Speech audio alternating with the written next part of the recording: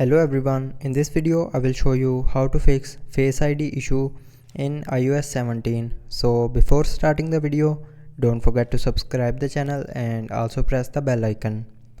So first of all, open settings and here scroll down and click on general.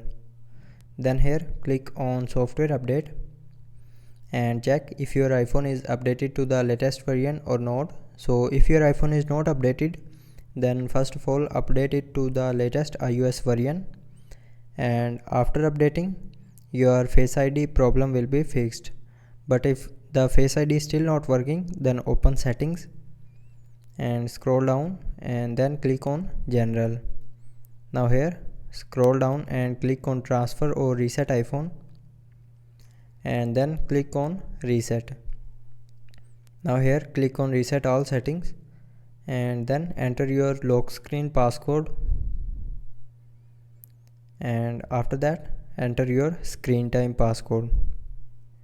So then click on reset all settings to confirm. So when you click on reset all settings here, it will reset your all iPhone settings, but it will not delete any data from your iPhone.